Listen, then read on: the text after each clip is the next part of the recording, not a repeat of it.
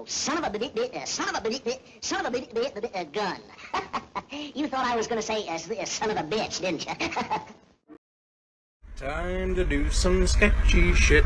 Doo-dah, doo-dah. Hope I get away with it. Oh, da doo-dah day.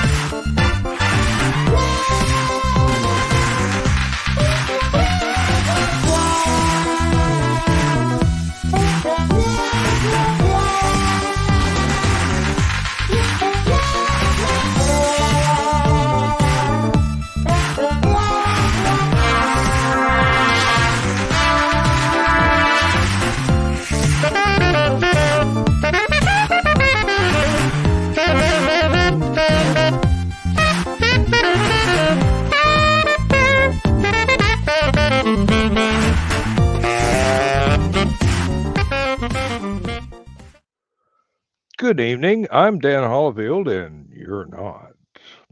Welcome to Last Man Standing. Once again, I would like to say if you missed Stupid O'Clock tonight, go back and rewatch it after this show is over. And if you're watching us on the replay, watch Stupid O'Clock first and then come on to here because we may have some carryover. Never can tell. We are going to have some fun tonight. We've got Donna and Rich.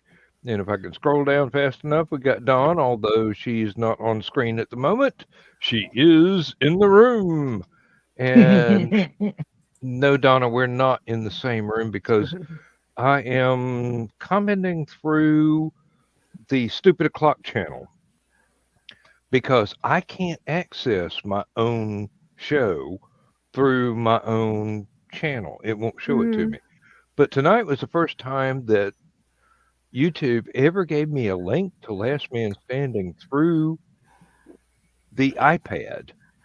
It had to be through the Stupid O'Clock channel for Joe Dog. So hey, I'll take whatever doggy biscuit somebody wants to toss me. Seriously, it keeps me from having to have 4 replies at one time anytime I answer somebody in the chat. So it's I was proved utilitarian in the past. I was kind of confused because tonight's Last Man Standing did not have your thumbnail on it. It had Stupid O'Clock's thumbnail on it. Well, see, I've never seen that. I've never seen the one with my thumbnail. YouTube won't show it to me. Like I said, and it may never happen again. But if it does, fine. If it doesn't, fine. Yeah. Saturday nights is good though. Rich, you had a story to tell us. Not a story, a thought. So would it be very dangerous for Joe Dog to go around a kangaroo since baby kangaroos are called Joeys and Joe Dog is so short? Will he accidentally get stuck in a pouch?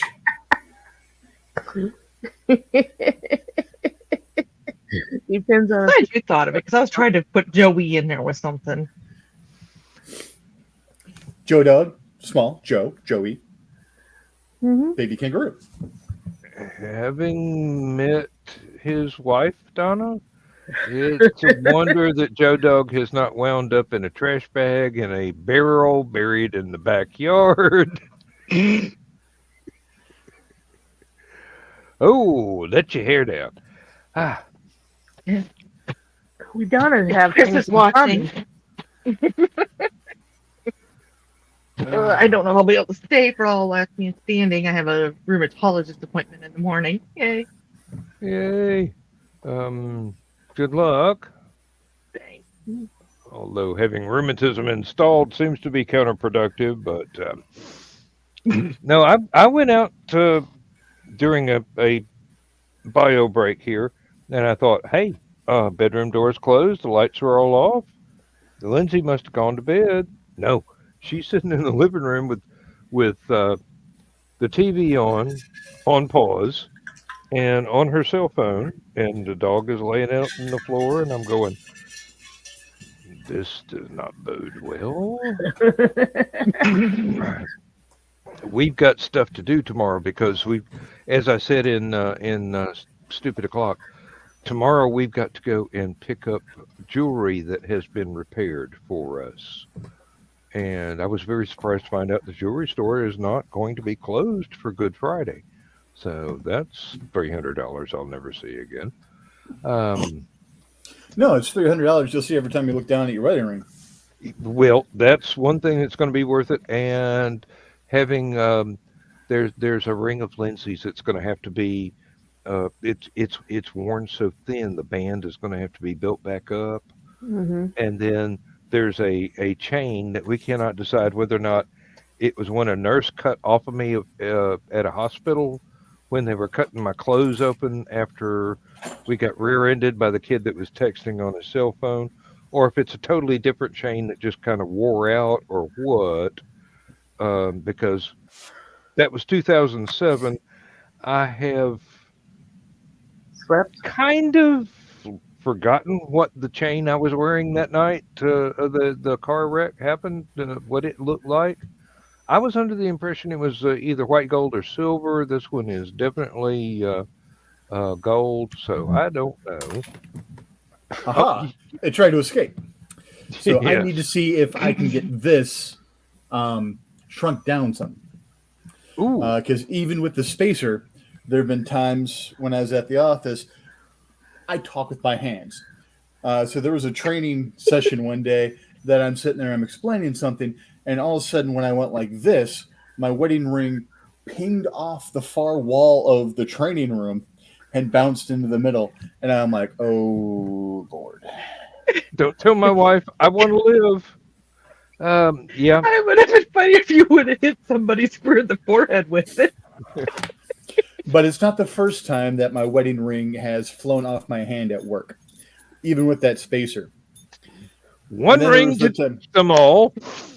there was one time that the old spacer was on it for so long and had just gotten so brittle over the years. When I was washing my hands after using the restroom one day, I didn't realize that the spacer broke and it was now completely free range on my finger. And Aye. I'm sitting there and I'm talking to our telecom ladies, and it was the night we were doing a rollout. And again, I'm like, what the hell? Well, all of a sudden, my ring was gone. I'm like, what the? And all three of us were on the ground looking under desks. And I'm like, please don't let it have gone into one of the offices. And they're like, if it went into one of the offices, no problem. We've got a master key because they've got to go in to be able to repair the phones even when the people aren't there. So, Still. but we found it. Yes. I've got another ring that will have to be sized up. It's not one that I bought, but okay. Let me set the stage. In one of the labs where I work, There was a very old-fashioned school-type disc, all metal and everything, with a Formica top. There was this ring that slipped in the desk, the big wide pull-out desk drawer. You know, the thin one, not one of the big ones where you put files or anything. And it was in one of the little cubby holes there in the desk drawer for about 10 years.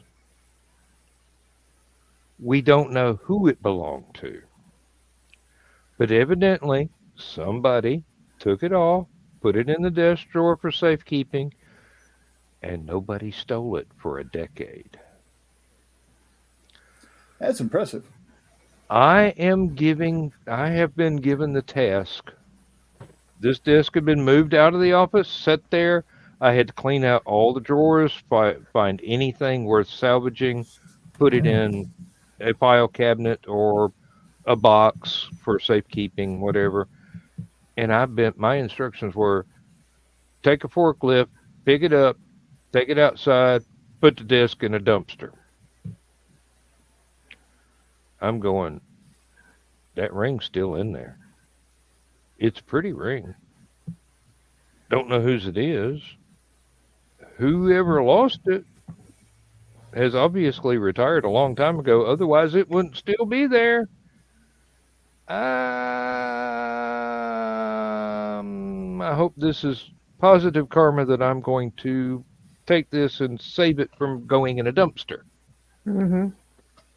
So it's about 2 sizes too small for me. So I'm going to have it resized, and I don't know. It's not going to be on the same finger as my wedding ring, but and it's not well.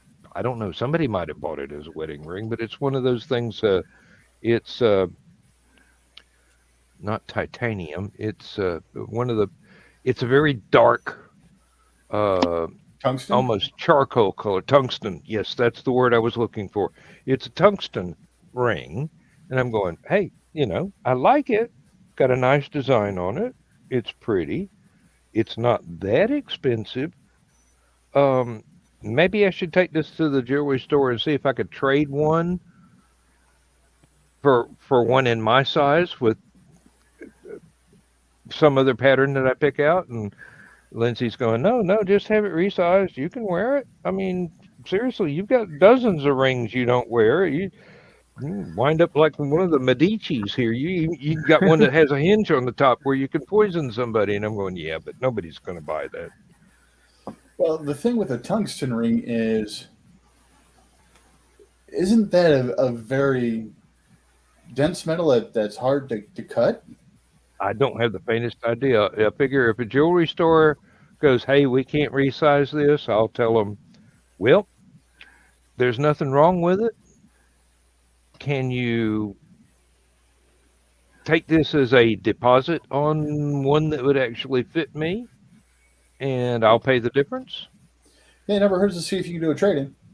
Yeah, really. I Fit mean, you or something pretty for Lindsay. Lindsay's got lots of pretties. Believe me, I have bought Lindsay lots and lots of pretties. Have you done anything that you need to do some brown nosing on lately? I wish. No. Aside Where's from the sign? extensive household repairs, no. And it's obviously a man's ring. It's not. Oh, and I've got another one that's sterling silver that needs to be resized. It's the only thing I've got left from my second wife in jewelry wise. And I've never been able to wear it except on my pinky because it was too small to start with. And thinking about, well, I'd be content to just have that just stay in the jewelry box. I mean, seriously. Have you guys seen the Acorns commercial with the squirrel with what's his name doing the voices? Christopher Walken doing the voice for the squirrel for Acorns. No, but then I don't have commercial TV. Well, it's this little animatronic squirrely thingy. And it's got Christopher Walken's voice, and Buddy was just chirping at it on TV.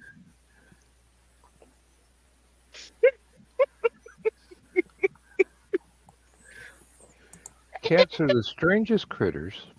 Aren't they, though? And all I could think about is, please do not jump into the TV. Hey, given it's a cat, jumping into the TV and showing up on the other side of the screen is a physical possibility. It would not break any rules except maybe a Heisenberg thing here or there. Sorry, I was just like, oh my god, what is he gonna do? Anyways. Oh, and I don't know what all else we've got to do tomorrow. I would like to go through one of the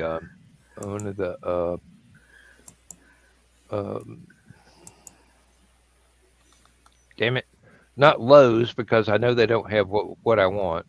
Home Depot might, but anyway, I've got to get a shelf board to put a little flat panel TV on in the bedroom that Lindsay can hook up one of the spare Roku boxes to, so she can go to bed and fall asleep watching her BritBox channels or whatever. And we had a board. She thought it would work. It was about an inch too narrow as far as out from the wall. The legs on the TV would not sit on it correctly. I've already got the brackets to put it up on the wall with, so that's no problem. But we need a little bit wider board. And don't know if it needs to actually be, I think thematically for the decoration style she wants, it probably need to be at least as wide as the TV screen, but the legs are not as wide as the TV screen, so we could get away with a narrow one. But then again, we've got to fit the wall brackets to the actual studs in the wall, so it's got to be at least 30 inches long, because they're 15-inch studs in the wall. And I've already got the studs marked because I have sword racks in the bedroom. I know where the studs in the wall are. And Donna and I are both thinking the same thing. Yes, Dawn. Yes, Donna. I know where every stud is in the bedroom, and one of them's me. But thank you for bringing that up. I was just going to say it takes one to know one, but okay. I do have a stud. I do have a stud finder. No, I've got two stud finders. So do I. You could probably sell one at auction. It works. You okay, Rich? Yeah, John sent me a video of I don't remember where it is. Dudes smacking an alligator with a cast iron pan. I've seen that. And then it immediately cuts to a guy in Viking garb. That's awesome. I don't care where he is. We need to get him in here. It's an old man hitting a dragon with a pan. Hey, don't give me story ideas. Have another one for Nick. All gods of Appalachia. Smack an alligator with a frying pan. No, I don't. But then they become friends. I can actually see that. I'm like, I can see that old Dan being like, "This is my friend." Oh, I knocked some sense into him with that frying pan. And here I was thinking that the one they wanted in the clan was the alligator. With the frying pan sticking out of his mouth. Well, there's always the difficulty of pinning a live one to your t-shirt. they squirm so much. Yeah, that's Y'all what go she said. fishing? Have any of y'all ever gone fishing? I mean, Yeah. seriously. I mean, fishing. Mm-hmm. All right. Um, my dad used to despair that I could ever actually use live bait like minnows or lizards or whatever because I could never bring myself. Well, worms were easy, but a lizard or a minnow, I just felt a little too soft-hearted to actually put a hook into them to use them as bait. And I was the despair of my father. I didn't have any interest in sports, and I didn't want to really go hunting for very much, and I was entirely too impatient for fishing. What are Wouldn't know you it eating? nowadays. What are you eating? I'll be right back. Okay. No, The we never possibilities are endless. It's a cat. I mean, seriously. used live bait, but I never caught anything. My poor father even took me to a fish farm where you were supposedly guaranteed to catch something, and they had to refund his money because I didn't catch a dang thing. Hmm. Well, Dad did always complain. We get on the boat out in the middle of the lake, 5 o'clock in the morning. Sun's coming up. His uncle, him, me, toss a line out after cruising for 45 minutes, and it's still 5 o'clock in the morning before we ever even get the hook wet. Soon as I catch something, I go, "Hey, Dad, we can go home now." He made a joke out of that for the rest of my life. Seriously, it's like Uncle Glenn and Daddy could stay out on the lake on the boat fishing all day. As soon as I caught something, I was ready to go home. I probably had a Oh, I book love that I was fishing. in the middle of reading, but those, I love. seriously, I grew up. I had paperback book in my bedroom that I was in the middle of the reading.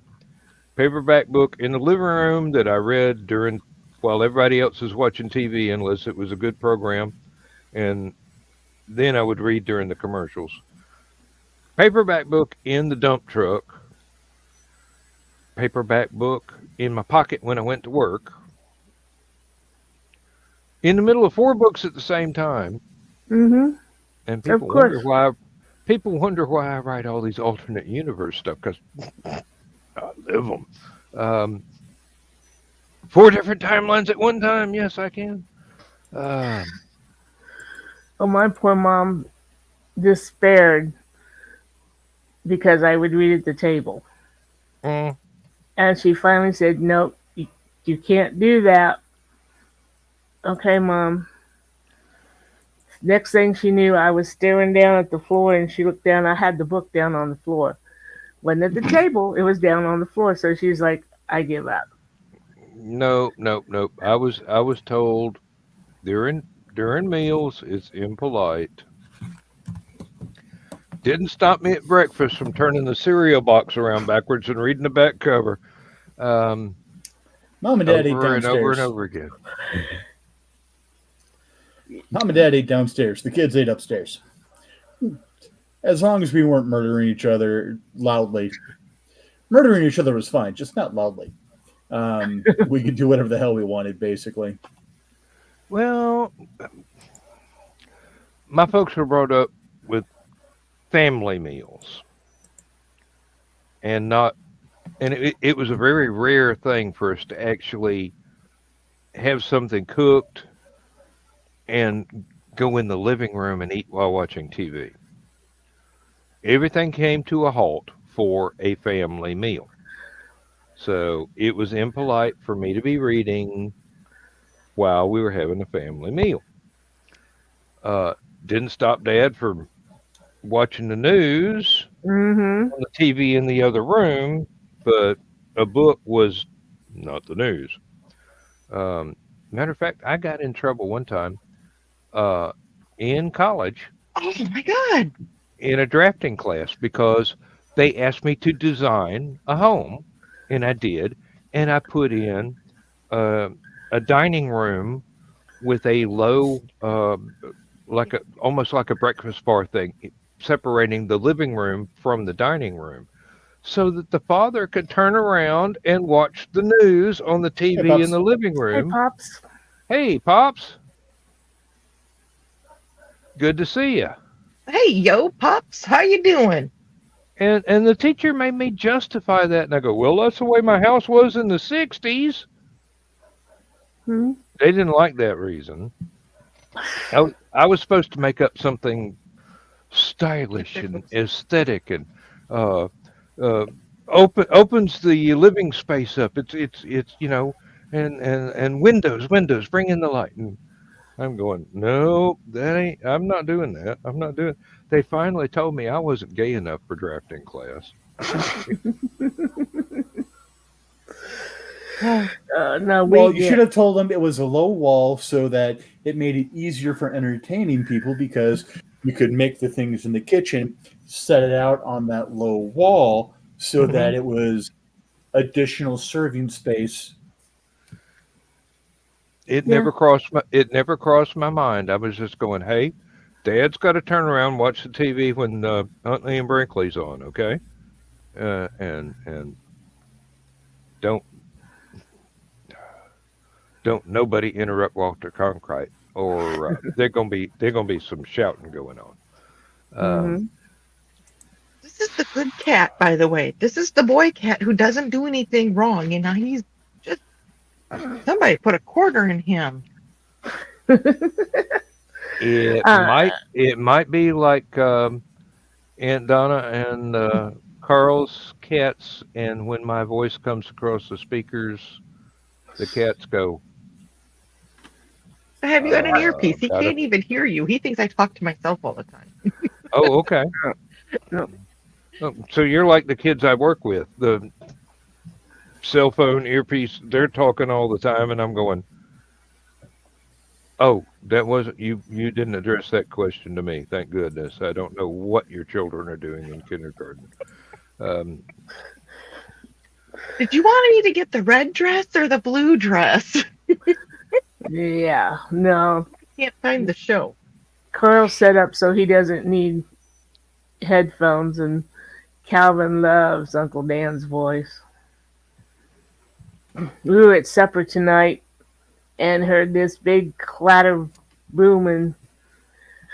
I'm like, your son's done something, and continue eating while he goes in to see. And we have this corner china hut that is probably 9 foot tall. And Carl comes back in after a while, and he had jumped to the top of that, and in the doing so, knocked down the curtains. oh, the Our, curtains. our windows are freaking huge. They take up most of the wall. So you can imagine just how much curtain has fallen down. And Carl says he's sitting up there on the china cabinet going, "Oh, I didn't know it was going to do that." No, this is only the second time you've knocked those curtains down. Really, third time pays for all. Besides, you should have put them up more carefully. Stronger anchors in the walls. Yeah, I couldn't tell you how many times I had to put the picture window curtains in the living room back up because of cats or dogs deciding that, hey, this is a climbing feature.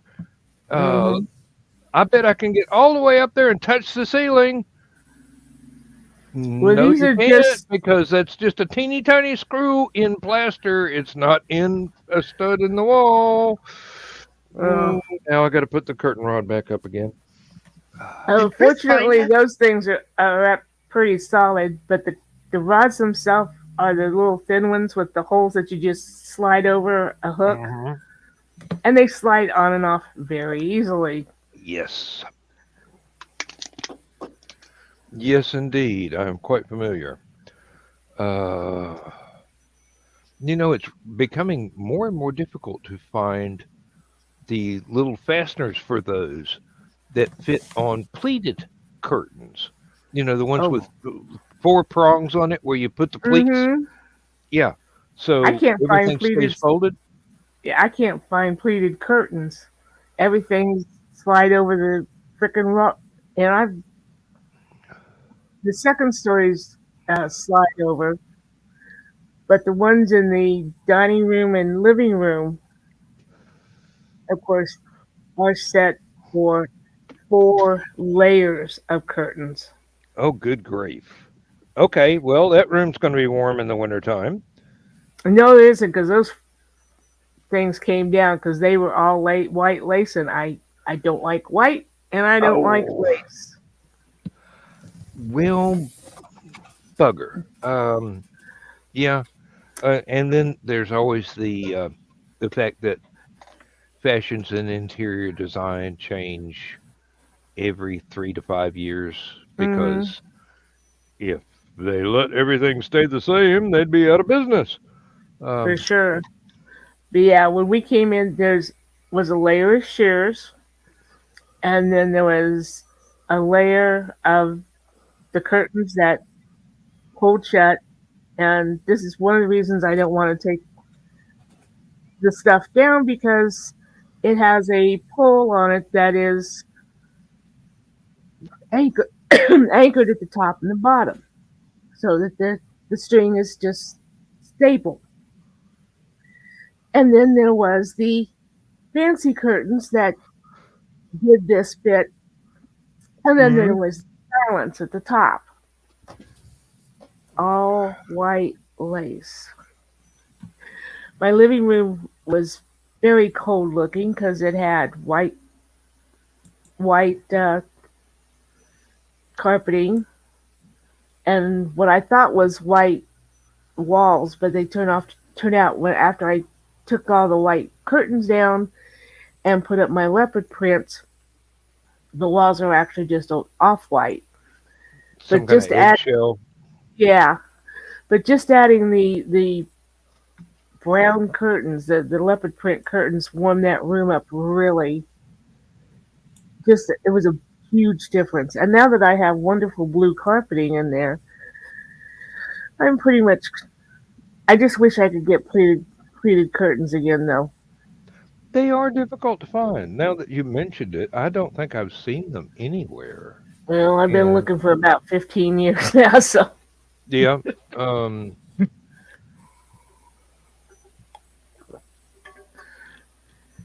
Do you want like a sheer or a drape or what kind of? um, I would well, like kind of like blackout curtains because that's where we don't have a TV. We have a projection screen. yep, blackout curtains would be excellent for that. Right now, I have black sheets up there, which I work pretty well because we use one wall of the living room, and I've got a 100-inch screen up there. Mm.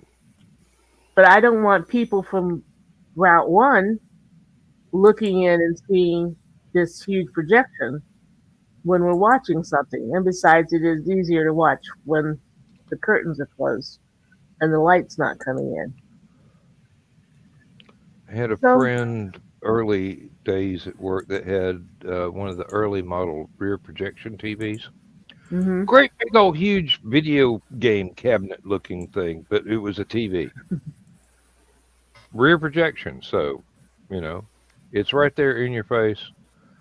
Had to have the thickest set of curtains, the darkest set of curtains to be in able to order, watch TV. hmm And this was his major thing.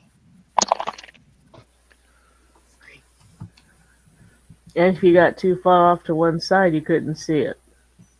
Uh, well, we were all kind of within passing distance of one another, if hmm you get my drift.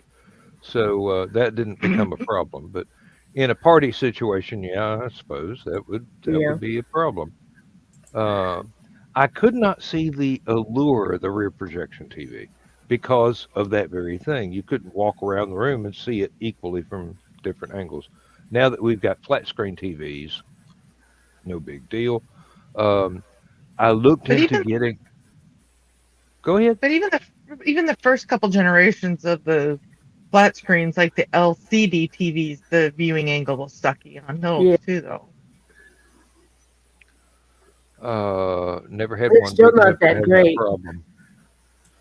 But, They're they're still not that great, really. I With the have little ones. I have often thought about getting one of those ceiling mounted projectors and putting it up in the living room, and then I go, "What, Dan? What are you gonna do? You gonna you gonna get one of those movie screens like they used to use in grade school and bolt it to the ceiling and pull it down when you want to watch TV and roll it back up." I'm going, well, that'd work. If you're gonna do that, you got to get one of those maps too that come down with it that you have to roll up in there if you wanted the screen or a map. Mercatory projection. Yes, no, no, no. Um, that probably would actually be kind of cool for 10 minutes or so until you got annoyed with it and just took a pair of They scissors coming and for cut you, the damn Rich? thing loose. No, that's my ride. Uh, They're, did they bring they're, the ac- pretty white coats that make you hug yourself?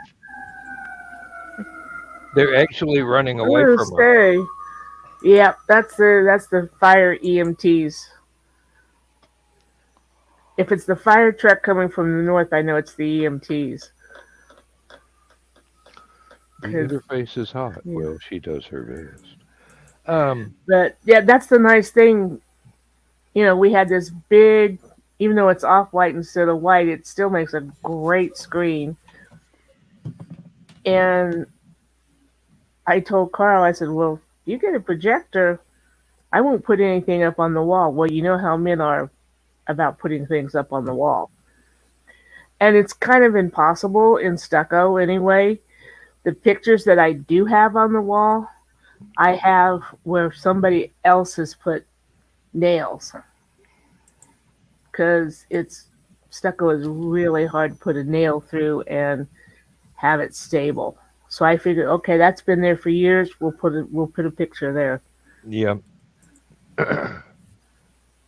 No, and Lindsay and I spent days with a little bitty palette knife for my painting kit and some spackle, sealing up all the holes in the wall from previous residents having driven nails through the plaster Mm, and not necessarily into the studs behind the plaster, but it's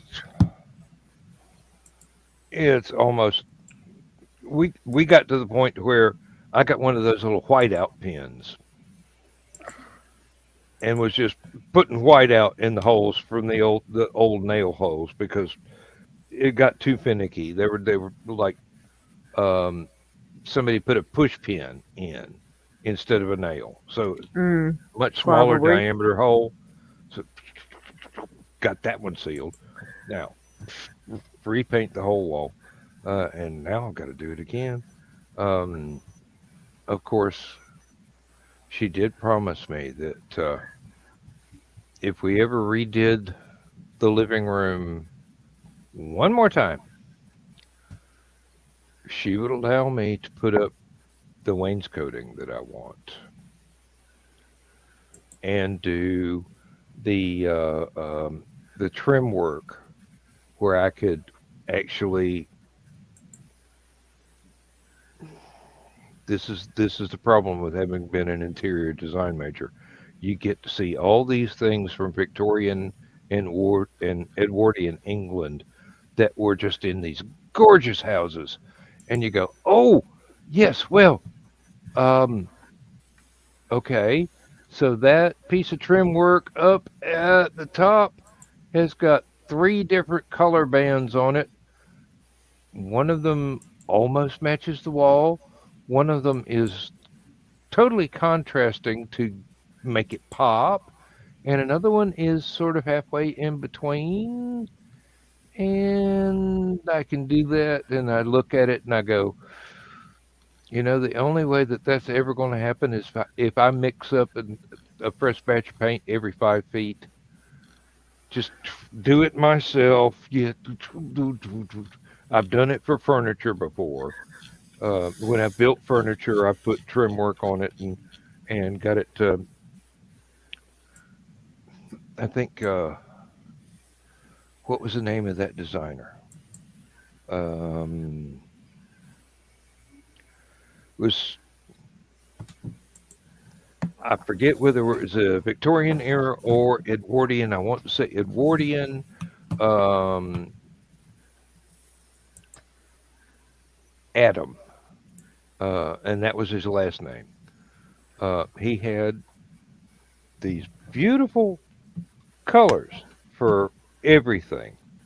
The wall, different detail in the trim work, um, baseboard, um,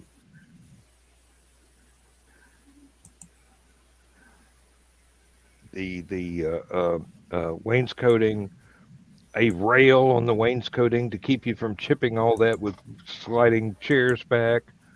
Um, all the trim work up at the top, and it was basically he picked four colors: one for the wall, three for the trim work, and made them blend together in. If you look at it just as paint chips without ever having seen the entire wall, you wouldn't think it would go together. You wouldn't think it would work. But he found a way to blend all this stuff together in these perfect combinations of raw color and pastel side by side. And I just fell in love with it back when I was in school. And but like I said, when I do trim work on furniture that I build, I love doing that, but it's very finicky. And usually that's such a small expanse. You can't justify paying a paint store to mix those colors for you. You just have to do it as you're painting it Hmm. with like a quarter-inch, half-inch brush, and Just doing it tell by hand. me, just tell me you're not going to paint the wainscoting enamel white. No, I'm very. It's either going to be um, a very light oak or it's going to be mahogany. I want mahogany. Hmm. Lindsay wants. Mahogany would pretty. Yes, I'm very good with mahogany. Lindsay wants a light oak stain, almost pecan colored. Yes, we're getting weird. Um, Um, some idiot painted all of the woodwork in the house with enamel white paint. And the first floor has got wainscoting through all the rooms. so all the wood tones are gone Yeah. to match the white lace and white walls and white carpet and yeah, And there's not a lot you could. I watched my mother try to restore a piece of furniture that had been painted with white enamel paint. And that stuff is hell to work with. yeah, it is. It is. And I told Carl's like, well, I want to the railing on the staircase is a really pretty. I think it's a dark oak, And Carl's like, well, I'd like the staircase at least to all be wood. And I'm like, no, we'd have to replace that white because there's no way we There's no way could. you could. There's no way to strip it off. It won't come off. No. It's soaked into the wood. It would have ruined the natural coloration of the wood already. Hmm. Um, Yeah, it's been on well, we've been here for what, like 20 years now. yeah, yeah. Um, Yeah. But on the other hand, that's a good idea because then we could raise the railing up so that it's not hip height so that to it's me. actually safe. Yes. Yeah, Hip high because to you, it's knee high to Carl. almost. Yeah, and my bedroom is down the hall from my bathroom. So I have made a habit of when I go through, especially of a night when I'm only half awake, of having my hand against the rail all the way down so that I'm pushing myself away from it so I don't go tumbling over the top. Better than your head going into the wall because you're in the wrong bedroom. That's That was the door. That Oh, was the my door. The stupid white enamel door. I mean, no. Yeah. And somebody, I was complaining one time to somebody, and they're like, "Well, with the size of your house, that would make it awfully dark." And I'm like, "Not if you use light wood. Mm-hmm. And nothing has to be this dark Victorian wood. It could be a lighter shade. I'm partial to cherry wood myself. That would be pretty." Yeah.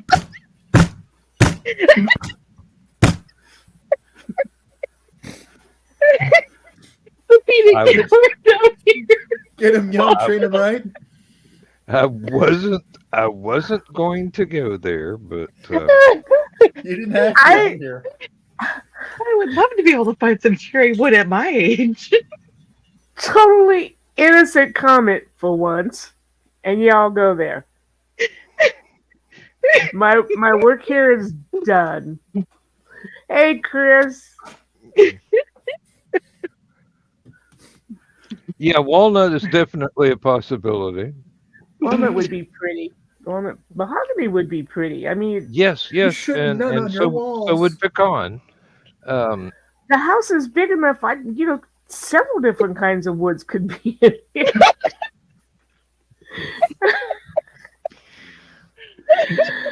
Okay, I think we need to change the subject before not once now the we're trap circling door back to has been Joe Dogs. opened, So it's now not advised to just walk right into it. we're now circling back to Joe Dog so we can pick on him again. Oh, wrong kind of pick on. Never mind. And I'm sorry, Rich. I couldn't resist. I saw those 2 crow jokes, and I had to share those.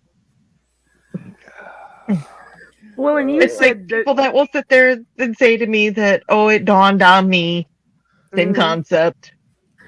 And you made a comment Okay. last hour about Donna needs to cuddle Joe Dog, and I typed in, I don't want to cuddle Joe Dog. Really, that'll cost extra. I freaked out the other trainers in my Friday trainer meeting because I actually had my blinds up so I could actually see out into the parking lot. And, an attempted murder just got stopped.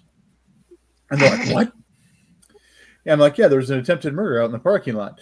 There were 2 crows in the parking lot. A third one was coming in for a landing. And as that third one was coming in for a landing, a car drove through and drove all 3 away.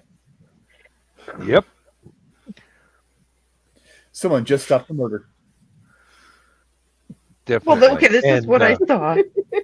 On that note, I'm going down the hall, but not towards Donna's bedroom. So this is what I thought, that crows have been documented holding funerals for many years. However, researchers suggest that they may not be mourning. Evidence indicate, or may not be mourning. Evidence indicates that crows may be examining the body and surrounding area for potential threats to the rest of the flock. So it's not a funeral.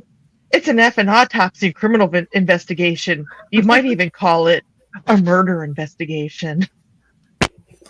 Oh, that's bad. It was even worse when I read it out loud, huh? I actually saw that happen when we were coming back from a Muncie event. His car says, "Look at all those crows at the side of the road coming up here," and there had been a crow that had been killed. I don't know if a car hit it or what, but it was laying there side of the road, and there was like probably 10 crows around it doing like, keep driving, honey. I don't think we want to stop. I don't know if they killed him or if they're looking for who killed him, but let's not get involved. Oh, yeah. And then the other crow joke, I have to share that one too. Oh, a little Chris. known fact, before the crowbar was invented, crows simply drank at home. Or a friend's house. And crow's going to be about that age. You're in less than, what, 5 years? Crow is of the age that they are allowed to drink under Misty's and my supervision. Oh, so that's a perfect joke to say to them. Are you going to use that on Crow? I think my brother-in-law and I probably already have. We are very bad punsters, and we get even worse when we're together. So, have I explained how Misty and I met? Yeah, but go ahead. Well, I don't know if Dawn was around. You've said it before. Okay, so next up on the forensics files. So Saturday is the first game back for the group. So actually, Saturday I might not be on Stupid O'Clock. It depends if I go to the game or not. I might get home in time for Last Man Standing. I don't know. But anyways, so the gaming group, my best friend drugged me into the gaming group because we'd played Dungeons and Dragons when we were kids, and then, kind of ran out of people to play with, so we weren't playing for a while. Well, my best friend found a group, joined it, liked it, drugged me into the group. We drug our friend Don into the group. Don was a paramedic. He brought his partner from the rigs, which is now my brother-in-law, and my brother-in-law brought his wife, and eventually the wife brought her sister, Misty. We went to go see Last Samurai because my best friend scored a bunch of tickets for us to see it for free in DLP over in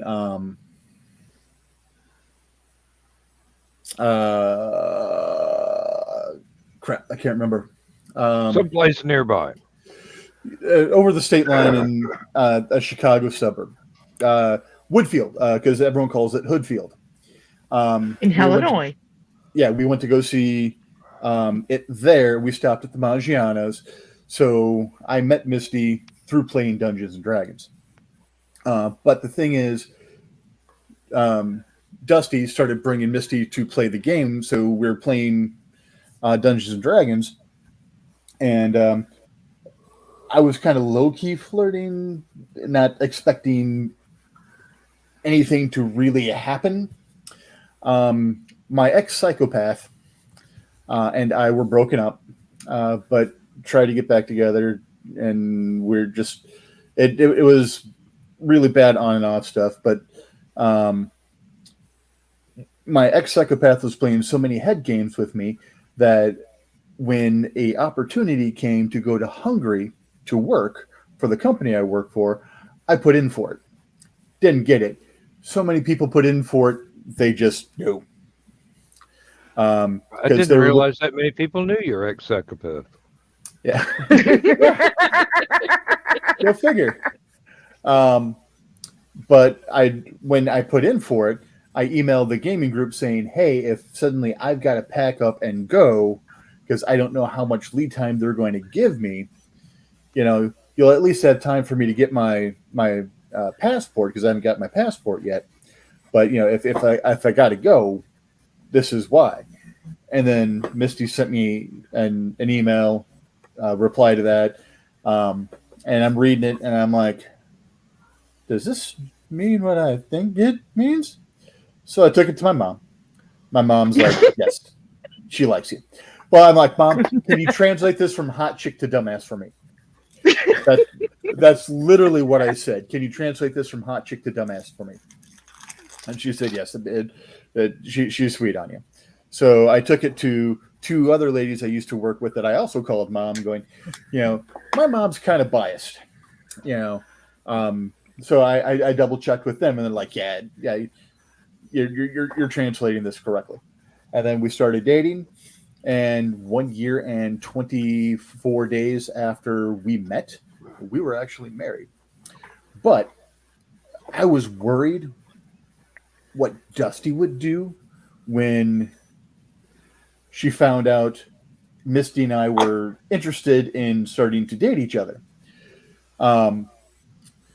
Dusty played a bard.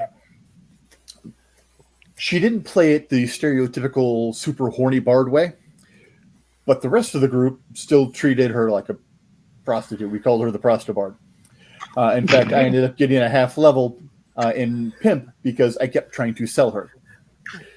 So I thought Dusty hated me with a passion because she only saw me when I was in character. And my character was an asshole.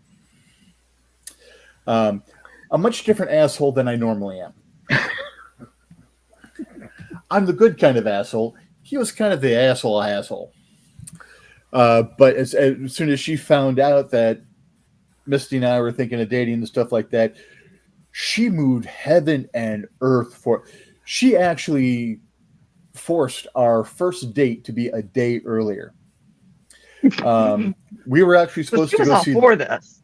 Yeah, we were supposed to go see The Punisher and then go out to dinner at Red Lobster because Red Lobster is Misty's favorite restaurant, which is why we dined there for our anniversary. I knew I liked her for a reason. Red Lobster, I'm like, eh. But I'm not a big seafood person. But anyways, so I am. I seafood. I eat it. The day before we were supposed to have our first date was my brother-in-law Mike's birthday. So Dusty's like, invite Rich over.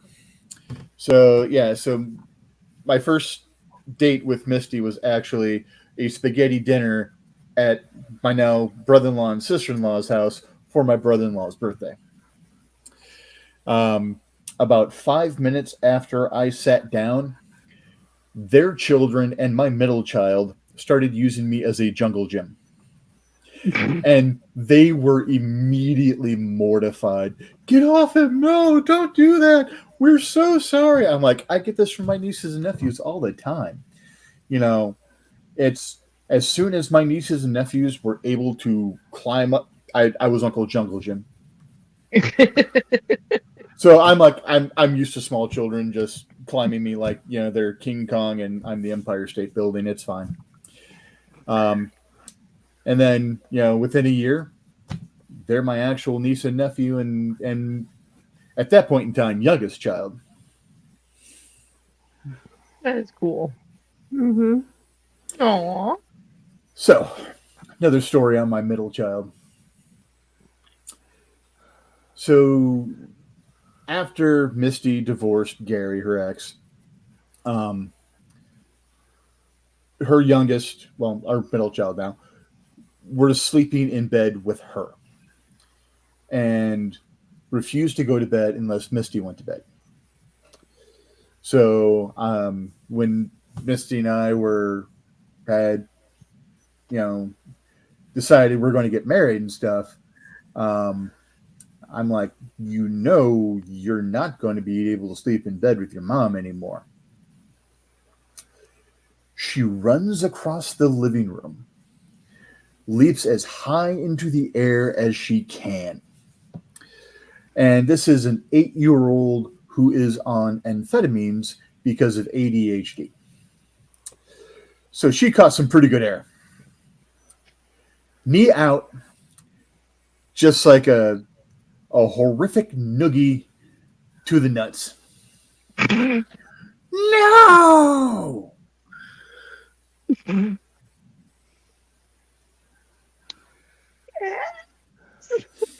Yeah.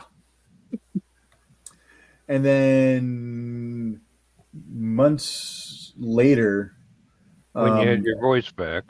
after we were actually married, we were over at my in-laws, and we we're talking and stuff, and we might try to for another child. You might end up with a little brother or sister at some point in time. Once again, the flying knee to the nuts. Flying Ninja Child strikes again. The knee nut noogie. And how many more of those did you finally have to go through to realize to protect yourself? Well, no, after that one, she was reprimanded very, very severely and had never tried that ever again after that. So, yeah, that nothing like a flying knee noogie to the nuts from an 8-year-old on crack. That's got to be a pretty pointy knee to begin with. An 8-year-old's knee usually isn't very big. Yes. And then she was skeletally thin because of the medication she was on for ADHD. So this is basically a surgical instrument she was applying. And like I said, because of the medication, she had a lot of energy, so she was actually able to catch a fair amount of air. Your voice was a lot higher back before that happened, wasn't it? No, it was a lot higher right after it happened. Yeah, I was just saying. Right after only the dogs could hear me, yeah. And Mommy was, "Don't, I'm going to need that." Yes, actually, very much so. That's the crow maker. I need that. Unfortunately, with my experience in life, there would have been a sudden 3-foot sidestep while the child was in midair and unable to alter course. I was sitting on a couch. Doesn't matter. I was at a party once where the porch caved in and I was standing on the porch. I did my best Spider-Man imitation while 50 people went crashing through a former porch, I don't have 4 feet down to the ground, and I'm clinging to the wall right over this open pit, going, that was close.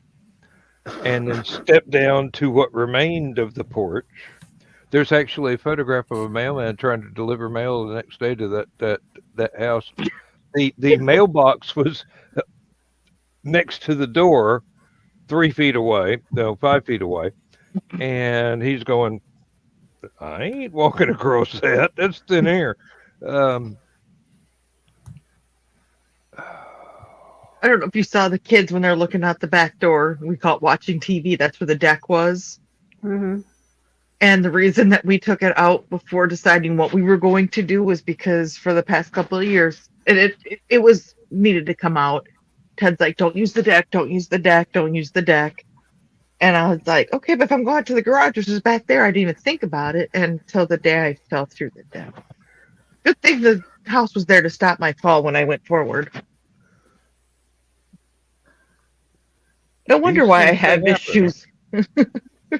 Issues? You've got entire volumes.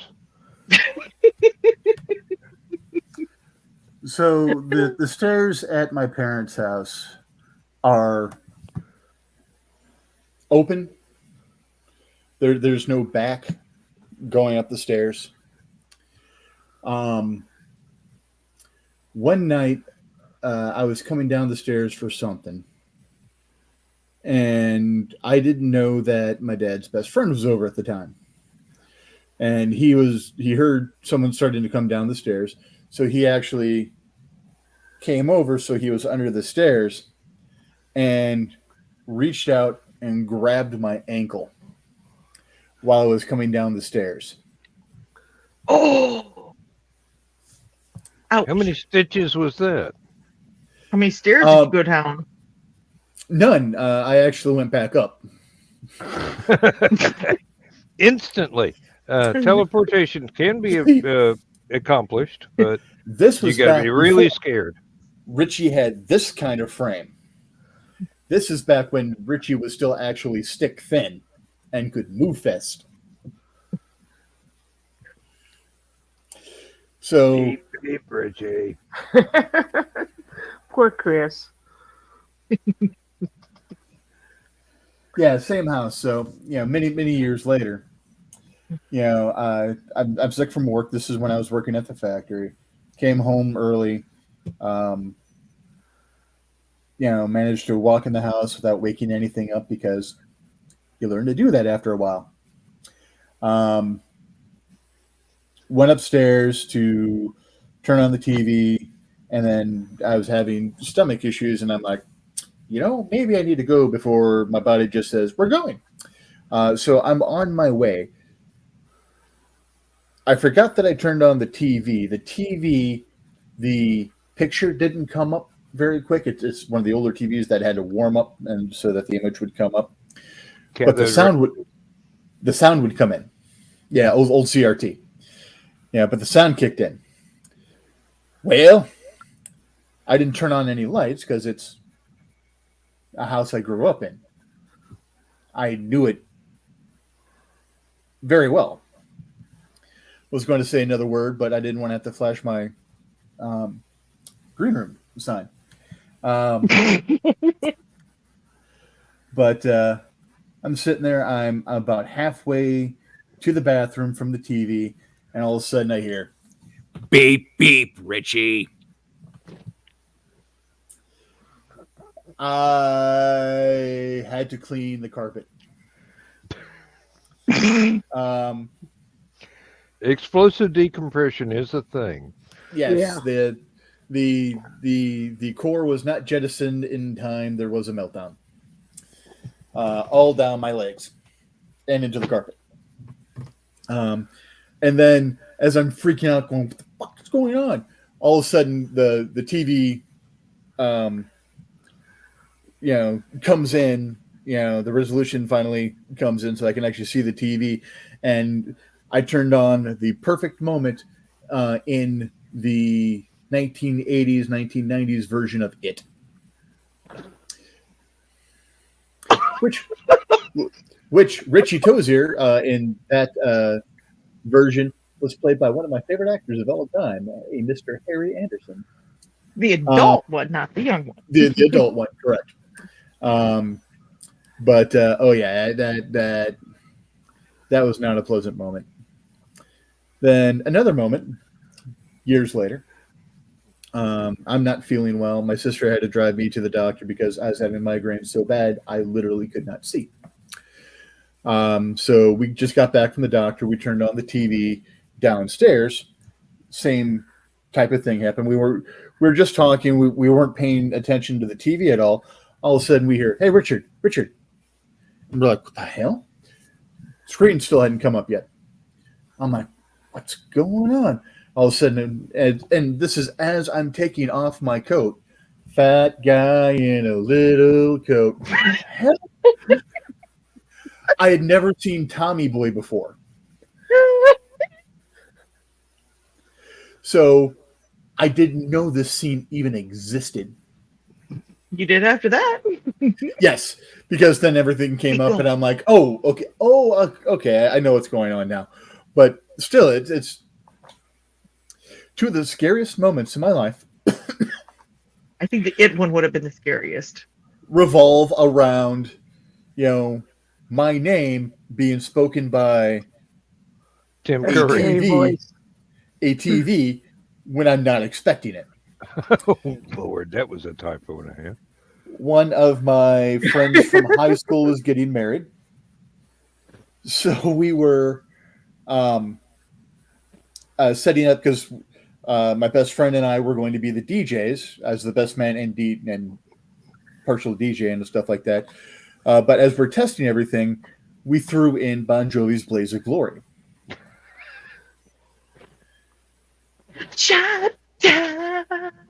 We forgot about the very beginning where it goes, yoo-hoo, I'll make you famous. So we're testing everything, and all of a sudden, out of nowhere, we hear, yoo-hoo, I'll make you famous. We're like, what the? Shut down. Oh, God, I can't believe we got ourselves with that. It's almost like a rickroll. Now, one more. Self-rick rolling is what it is. One more story where my best friend almost got my ass beat as an adult by my mother. So at this point in time, I'm working for Value City during Christmas in the toy department. After the store closes, you have to reblock the store so that everything looks pretty for the morning crew. Zone defense if you work at Walmart. Sometimes that refacing can take you to 2, 3 a.m. without screwing around. So I'm coming in from work. My mom's just sitting downstairs in her chair, rocking, chain smoking cigarettes. Where the fuck were you? I was at work, Mom. Really? Yes, Mom. Store closes at 10. It's Christmas and we had to reblock the entire store, Mom. Yeah, need I remind you, I work in toys. So finally she tells me why. She's like, she answered the phone and all she understood was, sorry, Mom, blew up Ricky or Richie. She couldn't tell which it said. And I'm like, the heck? So I get a little bit more from her. And I'm like, okay, I think this might have been Jeff. So the next day I called Jeff because this was before any of us had cell phones. And I'm like, did you call and do something to my house last night? He's like, yeah, did you like it? I wasn't home. It was my mom. The fuck you do? So Jeff had the magic power of being able, without having it on screen, do the seek. He would do the fast rewind of actually stop the movie, hit fast forward or rewind, and be able to hit play, and the movie would magically be at the spot he wanted it to be. So it's one of his mutant powers. That and finding the exact midpoint of anything. But anyways, so yeah, what it was is it's from Better Off Dead. It's the scene where John Cusack is saying, gee, sorry your mom's face blew up, Ricky. So yeah, it's my mom was half deaf, so she only understood part of what was being said, and she confused the hell out of her. Yeah, she almost beat my ass that night, thinking I was lying to her that I wasn't really at work. Really, I was, Mom. Barbie's a slut, and I had to straighten her up all night. We were sold out of Barbie, so we had to find something else to put in its place. Because there couldn't be an empty spot on the shelf. Suddenly, Skipper got really popular that night. When I worked at Walmart. Either that or depending on the era, it might have been Bob. When I worked at Walmart, we were doing zoning or something, and I ended up helping doing something in the Barbie aisle. And I was looking, I was like, and I'm in high school at this time, maybe a year out of high school, and she's got this purple silky nightgown with some lace in the cleavage and black heels. And I looked at that, I said, I actually played with this as a kid. I'm like, damn, Barbie was a slut. Everybody lost it. I think the store was closed, but everybody lost it. I'm like, because this is what Barbie wears. She's such a slut. Black heels. So 3 times an hour at Value City. Not the green room. Not the green room. we had to do what were called mics. Basically, thank you for coming to Valley City, shoppers. Eventually, we had to stop calling them shoppers. We had to start calling them citizens. Or no, visitors. We weren't workers. We were citizens. They were visitors. So that's when we decided to create a mafia. I was an enforcer. Chris the Crusher Kringle. Let's not forget that your Kringles got crushed a couple times. We had a hitman by the name of Vinny Smurfetti. Vinny Smurfetti. Just coming up with weird stuff, and I can't tell you how many people loved the idea of us forming a mafia. Anyways, so the mics. So I hated doing mics. So I decided, you know what? I'm going to do one that is so obnoxious, they're going to tell me I can't do them anymore. We had pirate ship climber things. They're basically little play sets to put out in the backyard for little kids to go ahead and climb and play on and stuff like that. So how did it go? Avast ye, landlubbers! Welcome to Value City.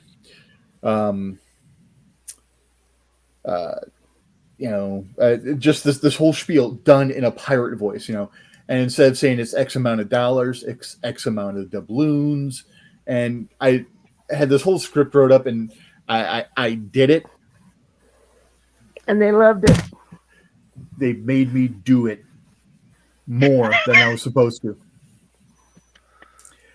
Then they were considering offering me a contract to voice everything, but record it so that they can just play it whenever the hell they wanted. I didn't have to go and voice it every. But yeah, it's oh dear God, that backfired so spectacularly. It wasn't even funny. I know. The store manager came up to me. He's like, make sure the next hour you do the pirate ship thing the way you've been doing it. I want to hear what people have been talking about. And I'm like, oh, shit, I'm getting fired. No, he loved it. And that's when everything came about where he's like, we might have to, talk about a contract for you to do. And I'm like, well, we can talk. Mm-hmm. If I'm recording it, it's fine. I just hate doing it live because another thing, we were assholes. So when we knew, like you had to explain that. Newsflash. When we knew it was one of a core of 6 of us doing the mics, we would try to find where the others were and make them crack up while they're doing the mic. So we'd be like, "That's Dale," and then run to find which of the 90 million phones in Value City he's doing it from, and just sit there and just start doing crazy stuff. It almost backfired on us. Because we always made sure we did it in the back room, so really weird shit abounded because we didn't have to worry about the customers seeing us. And we would just go over the top. So we started doing them on the floor so that the really weird shit couldn't happen.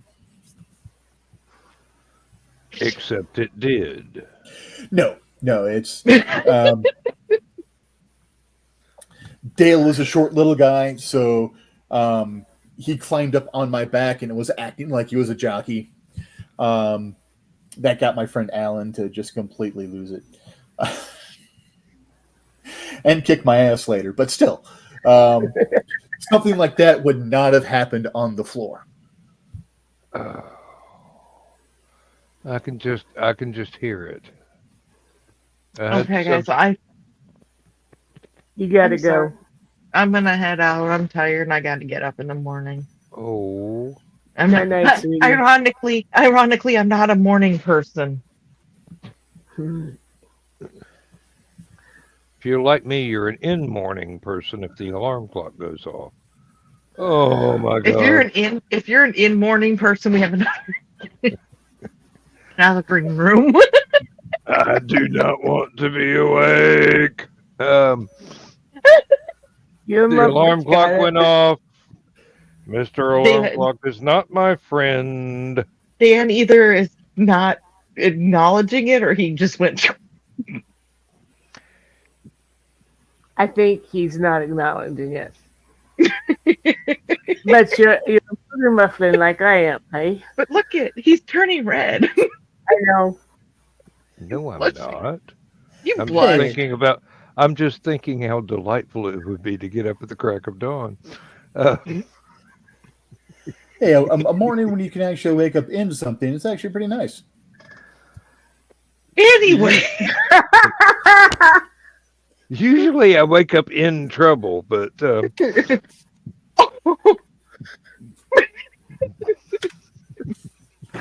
tomorrow night for the green room, I might be there and then leaving because Lori's doing, or not Lori, but Carissa's doing a show. She launches her new comic coming up, so she asked if I would be there to support her. So well, Understood? thank you for coming tonight, or however you Well. reacted. I know. See, I wouldn't be going to Lori's and Carissa's if I hadn't met all y'all. So it's all on you.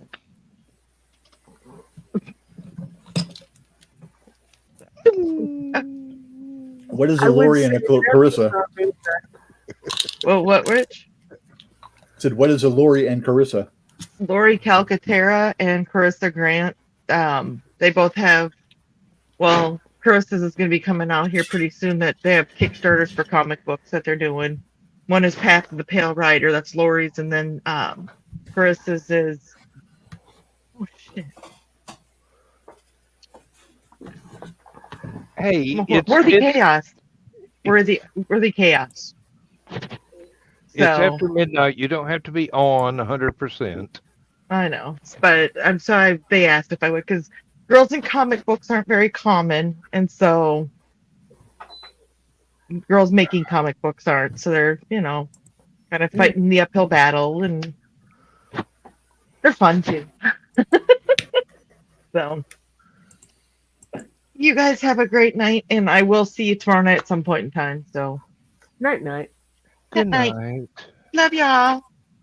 Love you too. Yeah. Okay.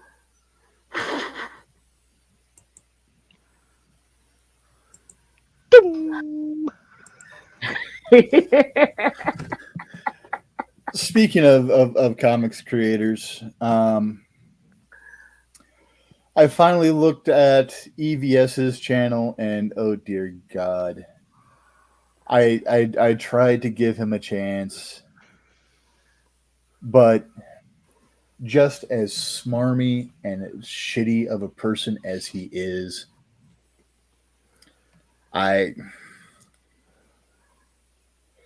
if that's the Kool-Aid that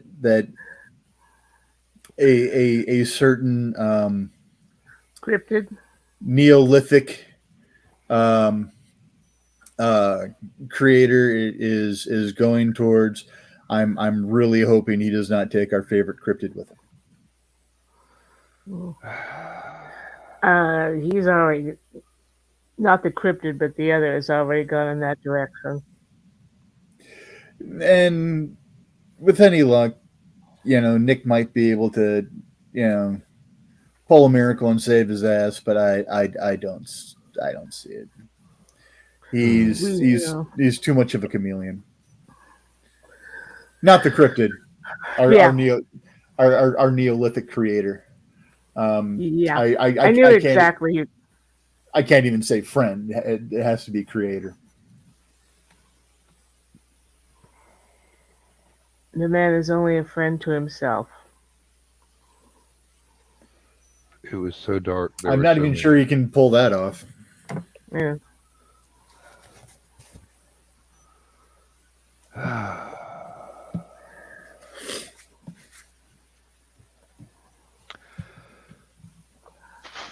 Now.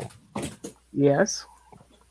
Oh, I'm trying to remember the name of a van, but basically they had a good statement in one. So where do we go from here?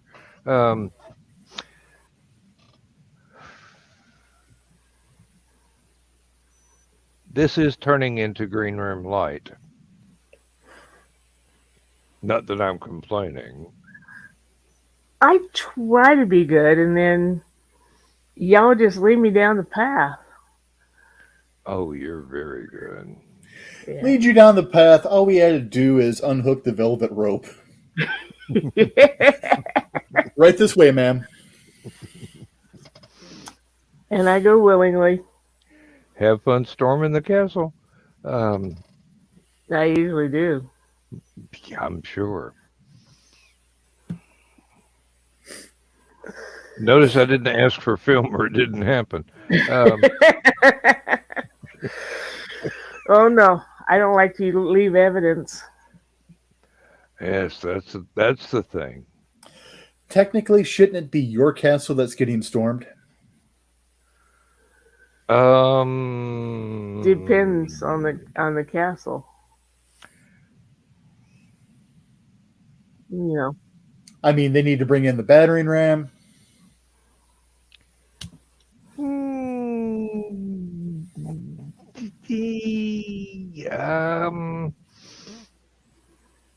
Yeah, but sometimes there's the trebuchet, you know. You're just gonna have to meet Donna in person. He has. I mean, somewhat similar to the way that I did. Oh no. You were saying Lindsay at the time, and he's gonna have Misty right by him next time. Hopefully. my mom only raised one fool, and I ain't him. Mama Aspin only raised two fools, and neither of my sisters are here.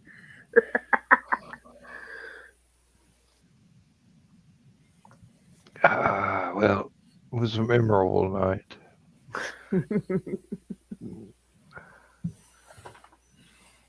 Started to say I've still got the scars, but no, I was a perfect gentleman. Damn it. Aunt Donna doesn't leave no marks. As I say, don't leave evidence. Yeah, I'm hoping Misty can make it down. I hope so too. I hope she'll either have the time or we'll have the money in the bank for it to be able to happen. So, actually, it would be nice to meet your whole family. Seriously. Yeah. And this way, when you mention one of us to say Crow, you'll be able to go, yep, these are the idiots I hang out with. Now you see.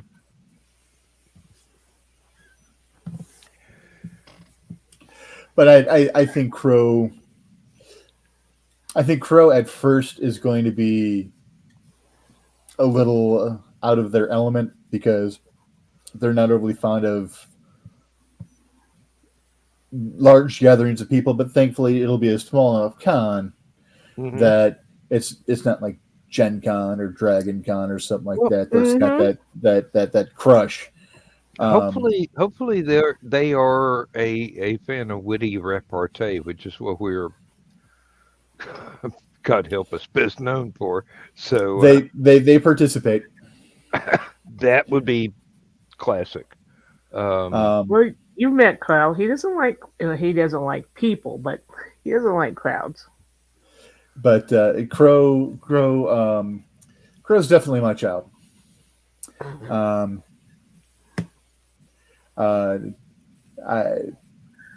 Personality wise, you can't help but see that they're my child. I think they're much too beautiful of a child to be mine. So, but apparently they're warped and broken enough in the head in the good way that there's no question of parentage there. They look out, they get all their beauty from their mother, and then they get all the weird shit from me. Yep. Yep. That's the way I've raised mine too. My mom used to say, if I didn't know better, I'd swear you belong to your father. So my oldest, so many times that he would just do really weird and random shit that I would just look at Misty and I'm like, are you sure he's not mine? But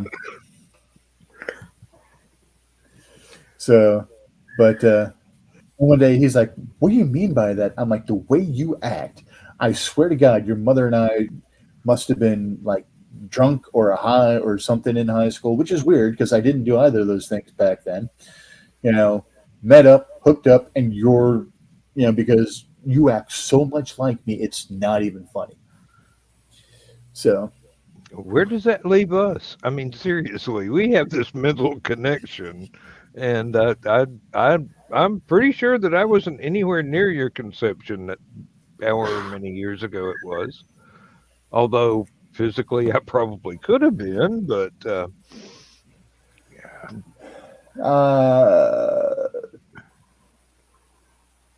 possibly you would have been really young, and my mom would have gone to jail for statutory rape.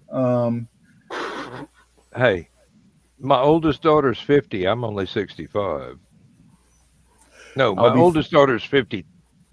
Going to be 53 this year. I'm only 65. I'll be 50 2 weeks from Saturday.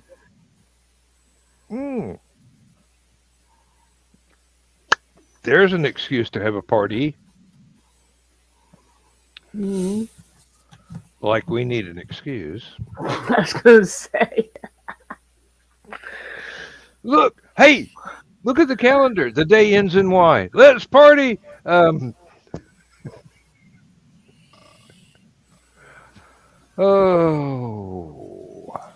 day ends in Y, and all our friends are available.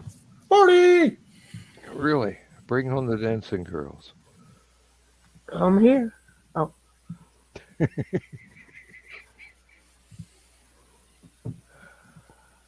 Oh, I'm going to get in so much trouble if my wife ever starts watching this show.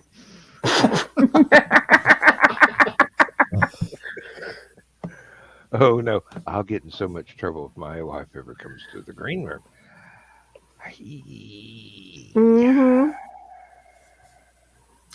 Everybody played nice when Misty was sitting side by side with me, so we can be. Puts a little bit of a strain on us, but we can behave. Technically, everything I do is behavior, so I can behave.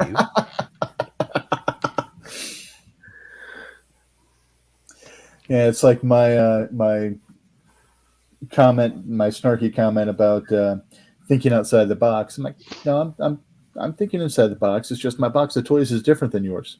Mm-hmm. There's a box. Not that one. Say anything. Your mind is not the only one I can read, Richie.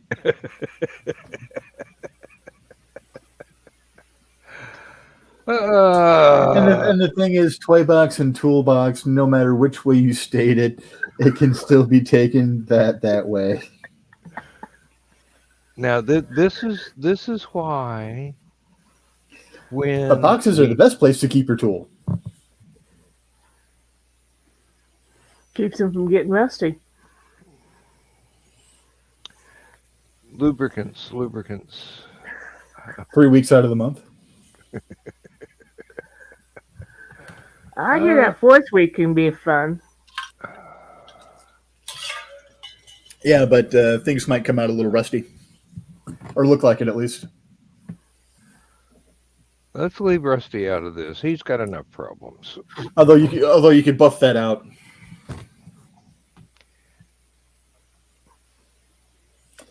Okay, we're getting green room light again. And folks, if you ever happen to see this, oh Lord, there are 5 people watching us now. And for once, I'm not one of them. I toss my like on it and close the window out.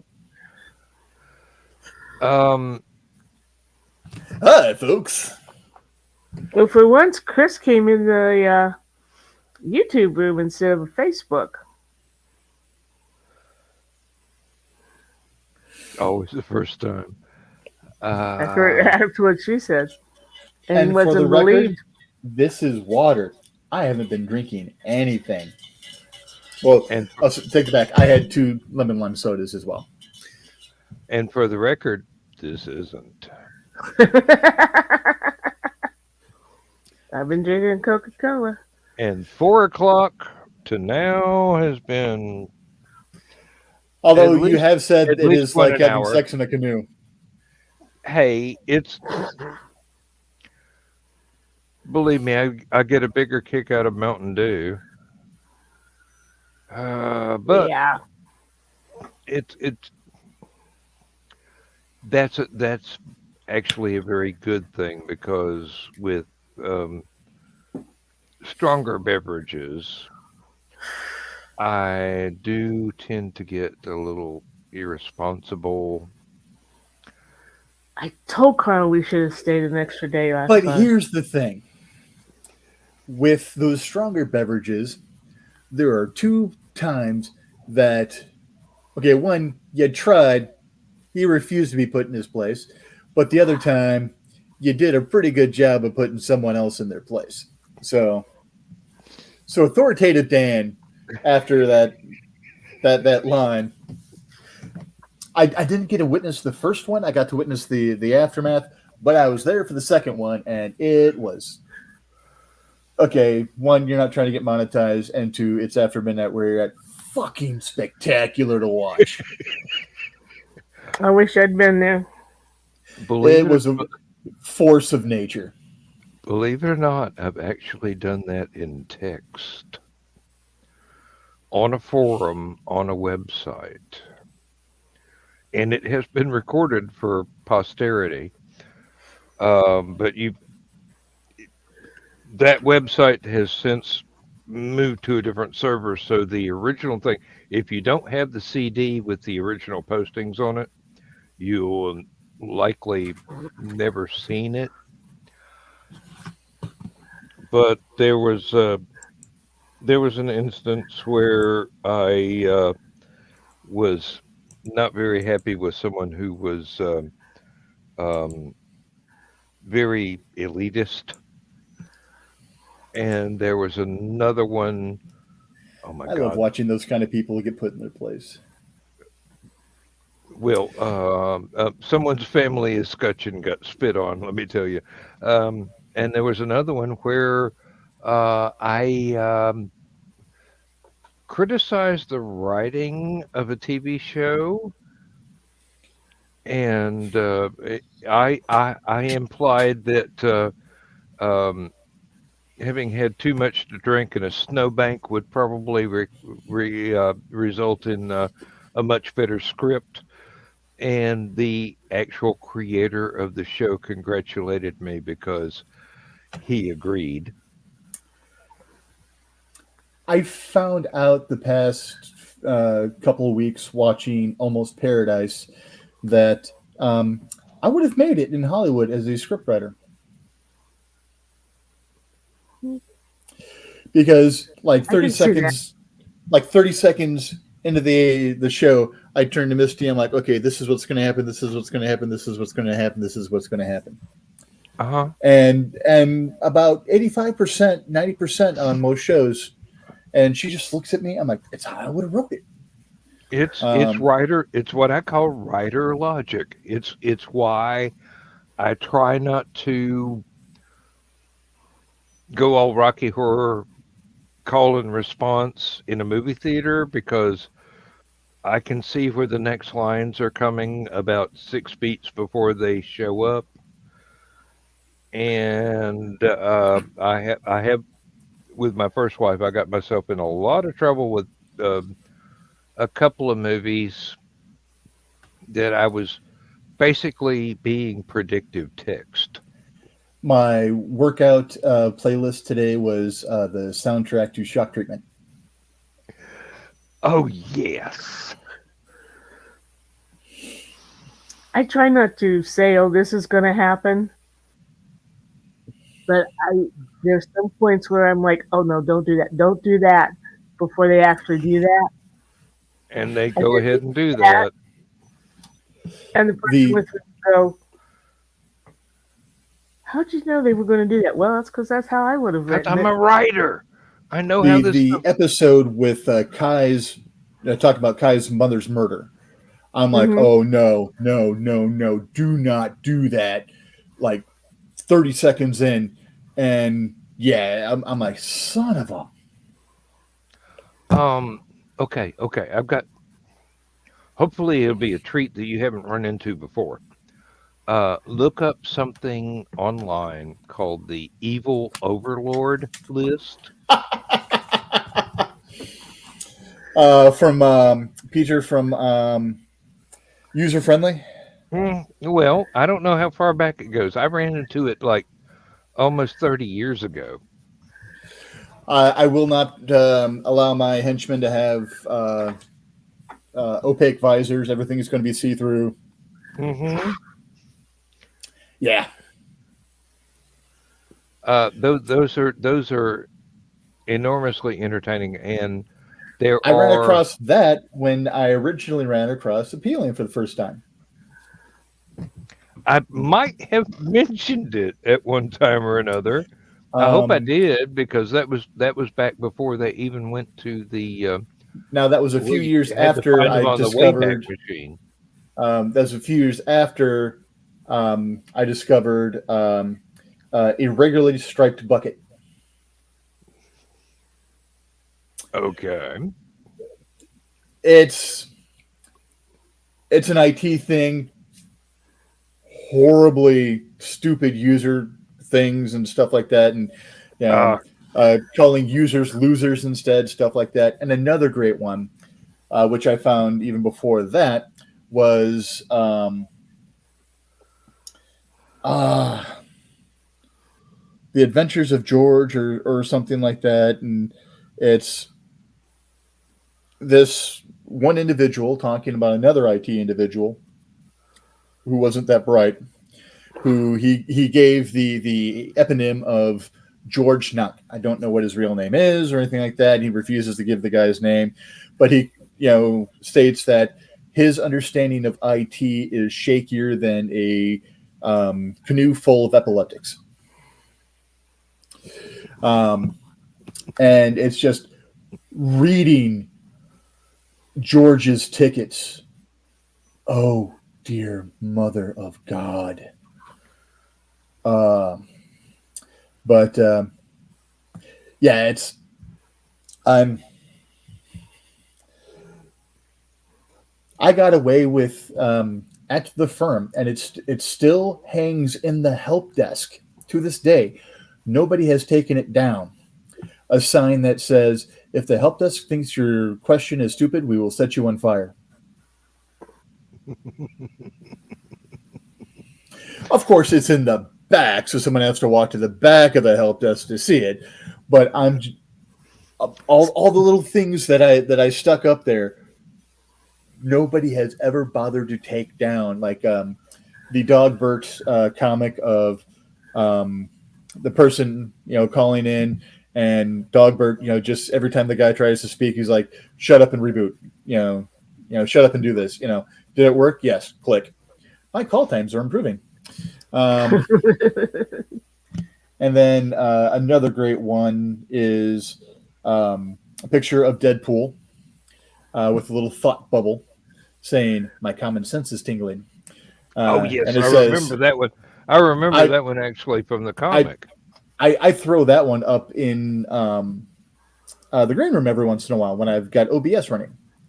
Because I love that one. I actually still have that as a little JPEG. And then another Needs to one be that I love, poster sized on the wall somewhere. another one that Uh, I love is if I had a from wall, the comic User Friendly, and it's their help desk technician taking a call, and the guy's just starting. He's trying to help the guy, and the guy's just saying weird stuff that's making no sense whatsoever. So all of a sudden, the help desk technician just snaps and just starts throwing out things like pickle, winkle rotary engine, and just a bunch of other stuff. See how it feels. Click. Um, Have I told you my whistling computer story, Rich? It sounds familiar, but please recant. Before my friend immigrated from Britain to the States to become an artist, he used to work in IT.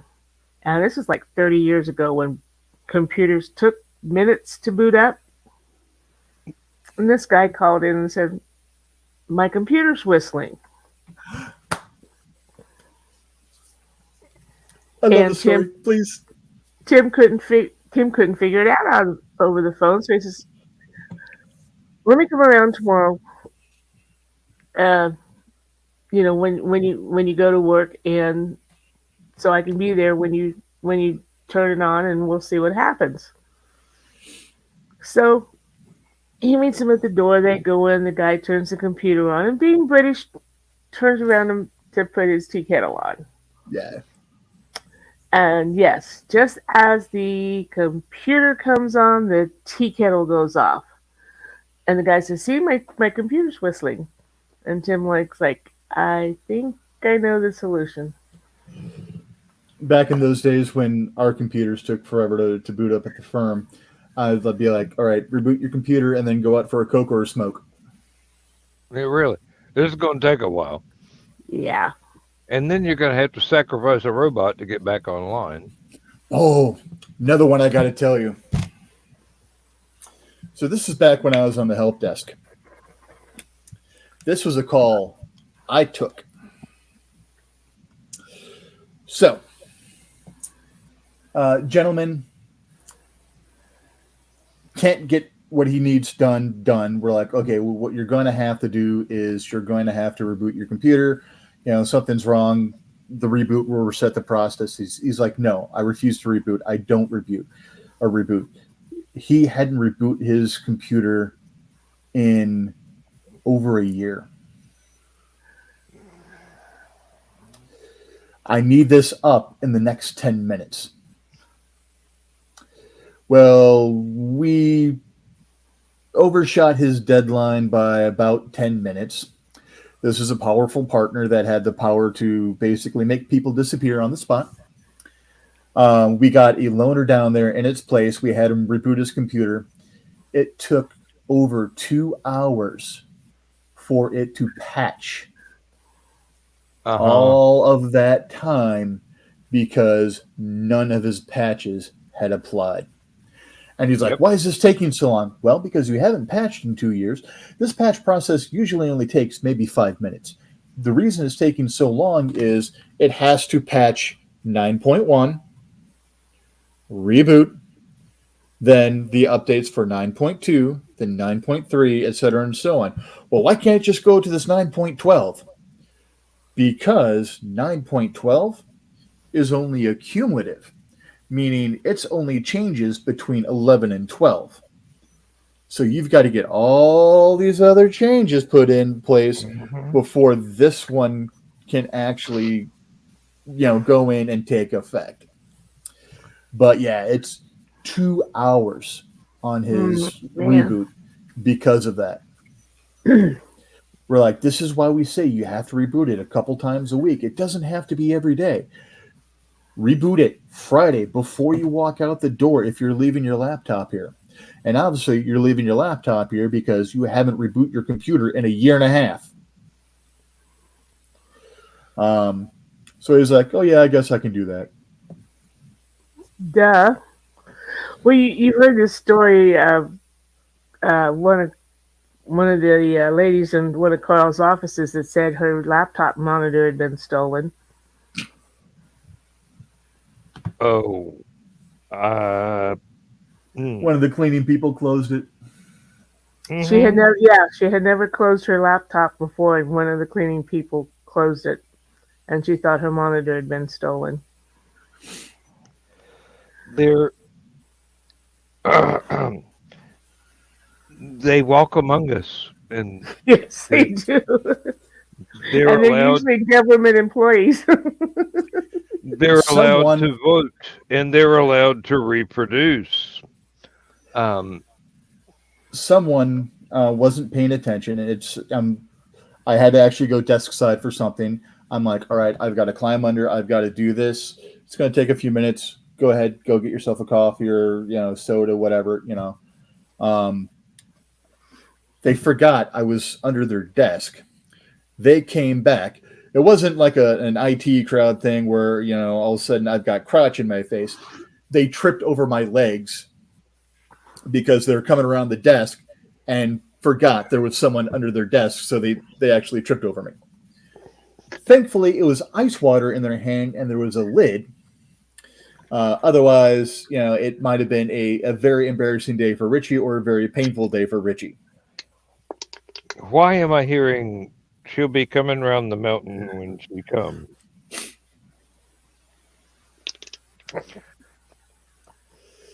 No, that's Misty.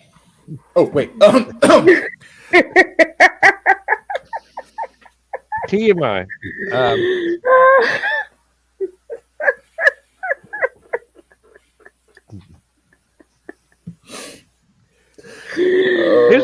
Is there gonna be a green room tomorrow? I think we've earned one. Oh, yes, and I think maybe we better start early. I think we started about 3 hours ago. At least it'll be a good green room. Yeah. For a given definition of good. Well, Good Friday. It's been a bad. Oh. What Yeah, I cracked that joke earlier in a meeting. Someone's like, "Everyone have a great Friday." Here, is it just me? Yeah, everyone's like, "Have a great Friday." I'm like, "Have a good Friday." And several people are like, "Oh yeah, hey." And then one of the directors is like, "Huh? Oh, I get it." Because they mentioned, it's Easter weekend. I'm like, "Oh crap, it's Easter! Crap, I forgot it was Easter." I was born on Easter. I did tell y'all. My supervisor told me that. We didn't get Easter for Good Friday off. It turns out that management doesn't get Good Friday off this year, but hourly does, because union put that in the contract. Good Friday. Yep. Double time and a half. Yep. If you're working. They're looking for all sorts of holidays to add into our list. A few years ago, we started getting President's Day. A couple of years ago, we started getting Juneteenth, which I have to laugh because I'm like, we get my dad's birthday off. Because my dad's birthday is June 19th. So I'm like, it's in celebration of you, Dad. I'm looking forward to the office taking 420 off because. When it gets legal in your state, at least. I don't care if it's legal or not, as long as they're off. As long as the burners are gone, got it. Really, it's. Hi, Calvin. It's so much easier sometimes when people that go, "I want you to do it my way," are not there. Yeah. Yeah, my boss is bolting at noon. Not like she's. Oh. Now extricate yourself from that one. Not like she's really been there mentally the past few weeks anyway. Granted, I understand this time around why things are going sideways for her. She had to put her mom in hospice, and now that I can understand, it's home hospice, and now that she's home and stuff like that, she's actually returning to the point where she might not need hospice and just might need home health care instead. But it was very touch and go there, and my boss is okay. She's not very technically inclined, but that just guarantees me a job because I'm her help desk.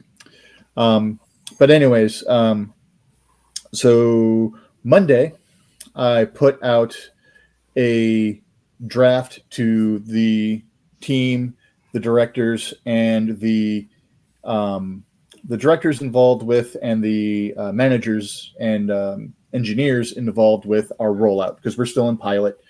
So I'm like, okay, here's a tip I want to put out. As long as I get a director, a manager, or 3 between the trainers and the engineers to say, this looks good, I put it out. But it was a tip that was supposed to go out Tuesday. The tip went out Tuesday because I got a manager saying, yeah, this is good, awesome, let's go. Wednesday, I get a message, has anyone, replied to this yet? So I replied, yeah, we had one of the managers sign off on it, saying that it looked good. And then when it was in draft form, and then after we sent it, we had 2 users reply, this is fantastic, thank you. And after that, she replied, all right, it's good to send out. So I replied, it went out Tuesday. I'm like, you're asking me if anyone's replied to it the day after it's gone out. So I thought you're looking for user response, not us. So not permission to actually do it. Yeah. Although lately it's been, so on stuff I do on Tuesdays and Thursdays, sometimes I don't come up with the idea for the tip until Tuesday or Thursday. So as bright and early as I can, I'll fashion that sucker and I'll throw it out to the approval committee, if you will. And I give it 3 hours. If nobody's bitched about it in 3 hours, it's out. That's plenty of time for people to get out of meetings, take a look at it while they're in a meeting on their phone, checking their email and stuff. It's, many of these people are on their computer in a meeting so they can actually look at their email at the same time. And I know many of them do. But anyways, because otherwise they'd have to be paying attention to the meeting. Well, some of the stuff that's going on in our IT meetings, like when it comes to infrastructure stuff, my manager doesn't really need to pay close attention. And basically it starts becoming the figures and stuff coming out and just being too much for them to take care of, because again, they're not technically minded. They're more worried about process, they're more worried about policies, they're more worried about what do we have to make sure users are able to understand. That's our wheelhouse. For the most part, that's all she cares about. And I'm sure the infrastructure managers, as soon as it gets to the point where it's my boss's time to speak, they start just being like, whatever. Make sure we train them on this. Make sure we do this, kind of thing. Just every once in a while throwing something in. So everyone has their niche. The only one that pays hawk-like attention to every single detail is my former manager, who is now the director of user support. That is the best manager I have ever worked for. I will take a bullet for this man. I will take a magazine of bullets for this man. And he's just a great guy to begin with as well. But it's really funny. His youngest and my youngest have the same month and day of birth. His youngest, the name is the same as the shortened version of Crow's birth name. So I didn't realize what his youngest's name was, because Matt would just say that it was his youngest. Because when Crow was born, I Happy Dad, we're talking. He's like, yeah, it's the same birthday as my youngest. I'm like, oh, cool. So, I mean, that has stuck through the years.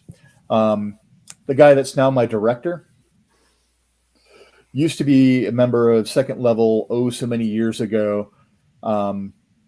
And I found out that his birthday was the same day as my mom's, which was April 6th. So it's stuck because I associate, okay, his birthday is the same as mom's. Mom's is blah, blah, blah. So, yeah, he was kind of surprised when in our meeting today. I'm like, oh, happy birthday, dude.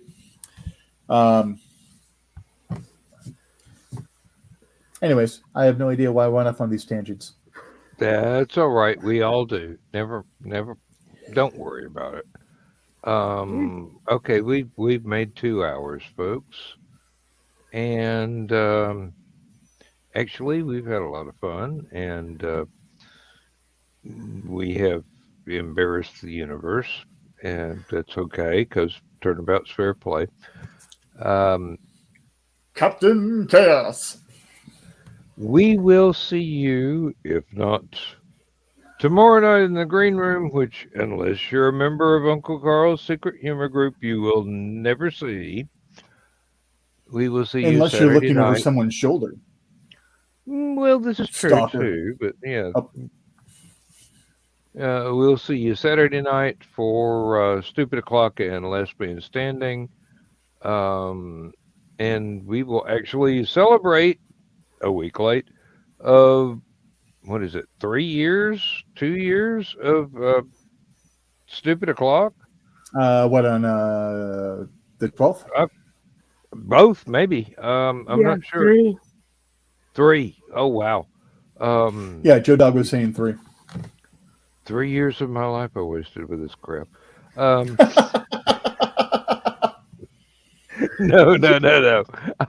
Thanks. I've had so much fun, and I have eventually led you to meeting me. Hey, And me. that was the point I was just about to make. It And everybody loves the D. It has led me to meet lots and lots of interesting people that I would not have interacted with before. And we'll leave your D out of this. So, well, no, it's technically my name and my personality.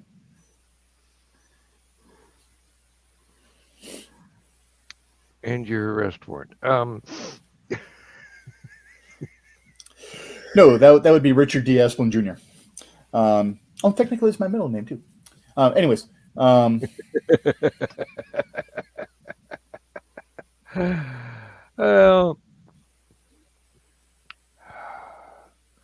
thank you. They get fancy here on those. Say goodnight, Gracie.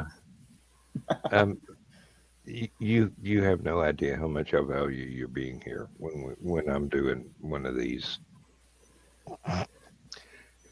things, and how much fun you actually create by being here. I'll always be grateful. So we will leave it at that. And there's a video somewhere. Let me see. No, that's the intro. Don't play the intro again. You do that entirely too often. Good night, folks, and let's go good, guys.